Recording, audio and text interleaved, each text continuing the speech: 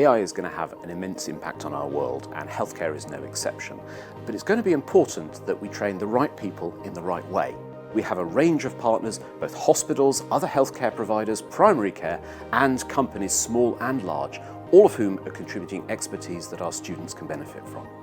UCL is a unique environment for doing this kind of work. We've got a world-leading computer science department, we've got specialist institutes of health informatics, we're at the centre of an enormous network of biomedical research with world-leading hospitals like Greater Ormond Street and UCLH. We have world-leading clinicians, world-leading AI researchers. There is a real dynamic and bustling energy around this square mile of AI activity. It's the very best place. We've got a fantastic panel of supervisors for the CDT with over 50 academics, including people from the clinical side and people from the technical side. AI has lots of potential in sexual health. So for example, using chatbots for situations like contraception decisions, for barriers to using condoms, or situations like questions and answers from young people about what's normal, what's not normal in sexual health. At UCLH, as with many hospitals across the NHS, we have a problem with non-attendance at appointments. It's a big problem. It costs the NHS £1 billion every year. But AI has helped us to successfully model the complexities behind why someone might not show up for their scan, and it could potentially save the hospital a lot of money. I'm working with a small startup company who have an app in mental health. That collects a large amount of data about how people are feeling, and we can use AI to find out patterns in that data.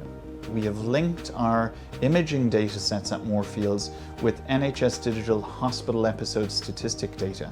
So if you've had a retinal scan done at Moorfields, we know whether you've gone on to develop Alzheimer's or had a stroke or had a heart attack. And we're really excited about the potential of AI to discover the links between your eye and the rest of your body.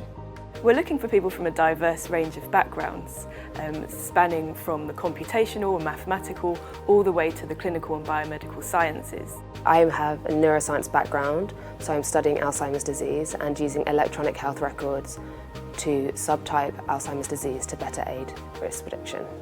I'm using NHS data from GPs in the hospital and trying to predict whether you need an antibiotic when you present to your doctor, so that we can optimise antibiotic usage and only give you antibiotics if you really need them.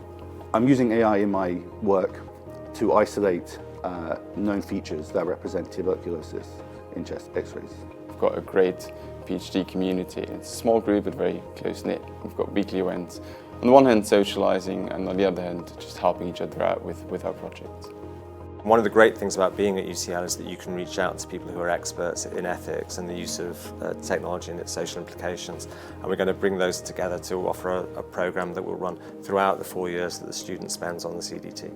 I think that ophthalmology is the specialty that perhaps will be the first to be reinvented by AI, and coming to do a PhD here is an opportunity to get involved in that from the start.